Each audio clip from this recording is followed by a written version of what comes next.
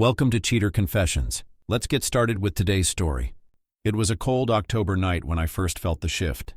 Tiffany had been out with her friends, or at least that's what she said. I stayed home sipping a beer, flipping through channels, not really watching anything. 7 years of marriage had taught me her patterns, the little things that made her her. But that night, something was off. Her text earlier had been short. Heading home soon. Love you. Simple. Normal, but I could hear the forced cheerfulness in it. She walked in just past midnight, laughing under her breath, her heels clicking against the floor. Her hair was a little messy, her cheeks flushed, and there was a scent on her, not hers. Something deeper, heavier. A man's cologne. I didn't say anything right away. Instead, I just studied her as she kicked off her shoes, tossing her bag onto the counter. Had a good time? I asked, keeping my voice light. She smiled too quickly. Yeah, it was so fun. Just drinks and catching up. The usual. She looked away as she said it. A dead giveaway.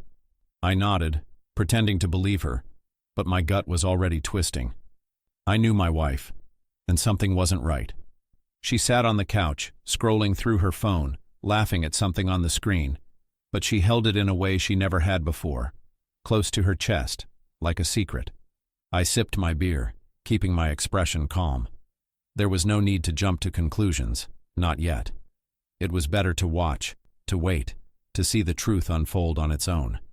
A few days passed and Tiffany carried on as if nothing had changed, or at least that's how she made it seem. She laughed at my jokes, kissed me before bed, sent me random texts throughout the day like everything was fine. But I knew better. The feeling in my gut hadn't gone away. Then, on Friday night, she told me she was going out again. Another girls' night? I asked, keeping my tone light. She nodded, slipping on her earrings. Yeah, Amber and Katie want to check out that new bar downtown. I studied her for a moment. She looked good. Too good. A tight black dress I hadn't seen in months, her hair styled in loose waves, perfume just a little stronger than usual. All right, I said finally. Have fun. She kissed me quickly and grabbed her bag. Don't wait up. I did. And then, an hour later, my phone rang. It was Mark, my best friend. Hey man, I answered. He didn't even say hello. Trevor, listen. I'm at this new bar right now. Tiffany's here. I sat up straighter. Yeah, I know. She said she was going out with the girls. Mark hesitated. She's with them. But there are guys here too. My grip tightened on the phone. What do you mean? I mean, I've been watching for the past half hour, and she's real close with one of them. Laughing, touching his arm, hugging him. He exhaled. Man, it looks like flirting to me. Everything inside me went still. I'm coming, I said, already reaching for my keys. I drove like a man possessed. My hands were tight around the wheel, my jaw clenched so hard it hurt. Tiffany, my wife. Laughing, flirting, touching another man. The thought alone made my blood boil. But then, just a few minutes before I pulled up, Mark called me again. They're leaving. I gritted my teeth. Are you sure? Yeah, she and the others just got into an Uber.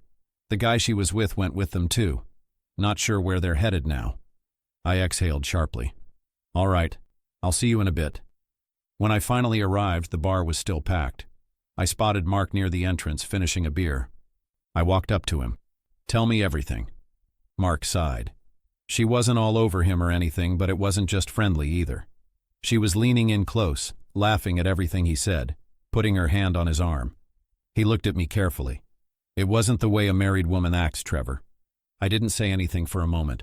I just nodded. You good? Mark asked. Yeah. My voice was flat. I'm good. But I wasn't. I left the bar, drove back home, and sat in the living room waiting. Tiffany didn't come home right away. 1 hour passed, then another. By the time the clock hit 2 a.m., I heard the front door open. She walked in smelling like alcohol, her cheeks flushed. I stood up. Where were you? I told you we went to that new bar downtown, she said smoothly, kicking off her heels. I tilted my head. That's weird. I was talking to Mark earlier, and he told me he was at the same bar tonight. But he didn't say he saw you there. For a split second, just a fraction of a moment, her face changed. a flicker of something. Then, just as quickly, she recovered. "Oh, yeah. We actually went to another bar after that," she said, rubbing her forehead like she was trying to recall. Maybe we had already left by the time he got there. I stared at her. She was lying. I could see it all over her face. But I didn't call her out. Not yet. I just nodded, letting it slide. Maybe. She smiled, walking past me toward the stairs. But as I watched her go, my suspicion grew into something deeper. I wasn't just imagining things. Something was wrong. And I was going to find out what. The next morning, Tiffany was in the kitchen, humming to herself as she flipped pancakes. It was a bright, happy sound, like someone without a care in the world, like a woman who hadn't just come home at 2 a.m. with an excuse I knew was a lie. She moved easily, light on her feet, carrying herself the way she always did after a night out. To anyone else, she looked carefree, but I knew better. Then her phone vibrated on the counter. She didn't check it. That was strange. Tiffany was never the type to ignore her phone. Instagram, group chats, work emails. There was always a reason for her to glance at the screen, even if just out of habit. She moved around the kitchen as if she hadn't heard it, but something about the way she avoided looking in its direction made my stomach tighten. I glanced at her, then back at the phone just as it buzzed again. The screen lit up. Landon. A name I didn't recognize. My pulse pounded in my ears. It could be innocent. A coworker. A family friend. But something in my gut, the same gut that told me something was off last night, said it wasn't. "Who's Landon?" I asked casually, nodding toward the phone. She barely glanced up from the stove. "Oh, just someone from work. He's in marketing. We were talking about a campaign last week." Smooth. Too smooth. I nodded, pretending to buy it. But something wasn't sitting right. Tiffany wasn't in marketing. She worked in finance. What campaign? And why would she be chatting about work first thing in the morning? Her phone buzzed again. I watched her from the corner of my eye. This time I noticed the way her fingers tensed slightly, gripping the spatula just a little too hard. The way her lips pressed together for just a second, as if steadying herself. She was nervous. She was hiding something. But she didn't check the message. She carried on as if nothing was wrong, moving through the kitchen like it was just another normal morning. Then she kissed me on the cheek and headed upstairs to shower. Like she wasn't lying to my face. I waited until I heard the water running. Then I reached for her phone. We never kept secrets. We knew each other's passcodes. She knew mine. I knew hers. Without hesitation, I unlocked it. And just like that, everything I thought I knew about my wife shattered. "Last night was perfect. I can still taste you." My chest tightened. My vision blurred as I scrolled through the messages. "Wish we had more time. I miss you already." Then came the photos. Tiffany, sitting in a dimly lit restaurant, a wine glass in her hand, leaning in close to a man I didn't recognize. Smiling, laughing, glowing. It wasn't just a one-time mistake. The messages stretched back months, longer than I wanted to believe. Hotel bookings, inside jokes, plans, pet names. I clenched the phone in my hand, my grip tightening with every word I read. The messages weren't just passionate, they were comfortable. Intimate in a way that only comes from time, trust, and something real. This wasn't an affair of impulse or opportunity. It was a relationship. And I was the fool who never saw it coming. A few moments later, the shower turned off.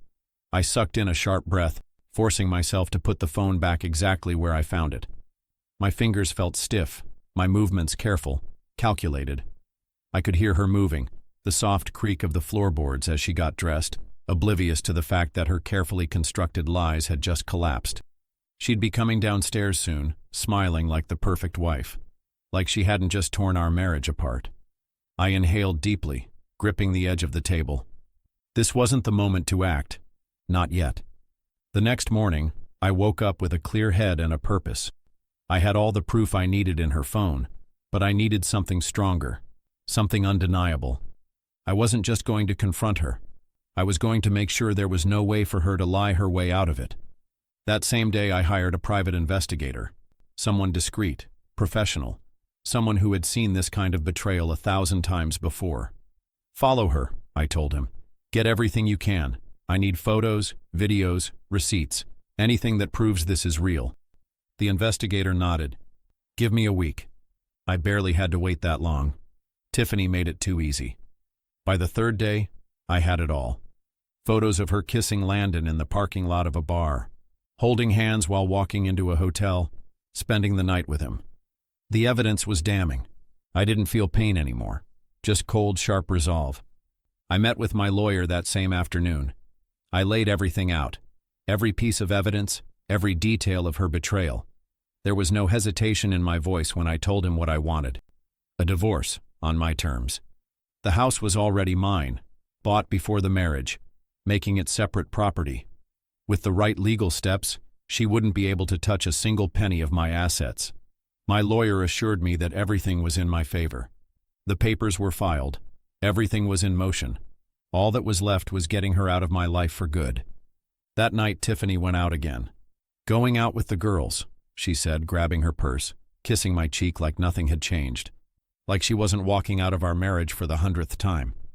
As soon as she left, I called a locksmith. He arrived within the hour. Change them all, I said. He got to work without question. By the time he was done, Tiffany wouldn't be able to step inside my house again. Then I went upstairs, grabbed all her things, and packed them into suitcases. Every single thing she owned, clothes, shoes, makeup, jewelry, even her stupid scented candles, I packed it all. Then I waited. At 1:53 a.m. I heard her at the door. The sound of her key turning in the lock, again and again. Then knocking. Then pounding. Then her voice frustrated. What the hell? I took my time walking to the door before slowly opening it. Her face was a mix of confusion and anger. Trevor? The lock isn't working. I folded my arms. Yeah, because I changed them. She blinked, stunned. What? I didn't say a word. Just pulled out the folder of photos the private investigator had given me. The ones of her and Landon kissing in the parking lot, holding hands, entering the hotel. Her face drained of color. Trevor. We're done. I cut her off. I know everything. She froze, staring at the images like she could somehow erase them with her mind. Trevor, it's not what it looks like. I let out a short, bitter laugh. Don't even try, Tiffany. I know exactly what this is.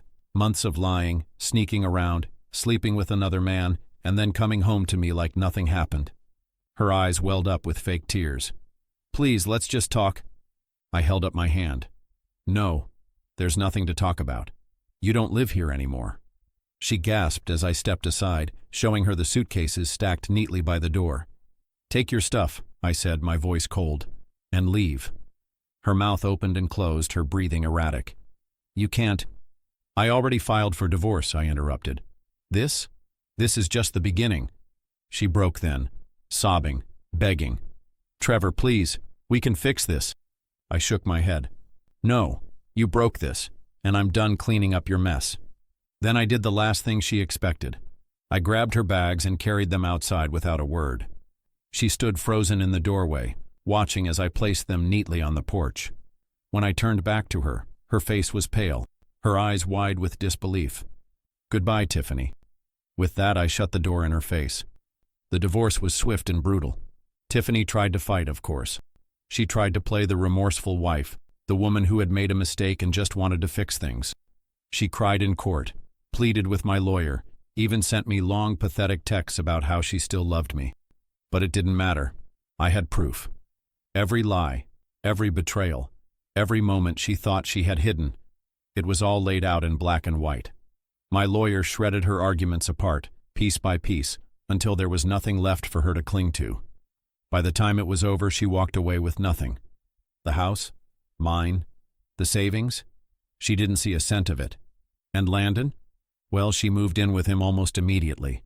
I guess she thought they'd be happy together, that he was her future, that after everything, he would be worth throwing away 7 years of marriage.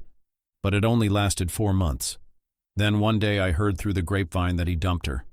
No warning, no explanation, just gone.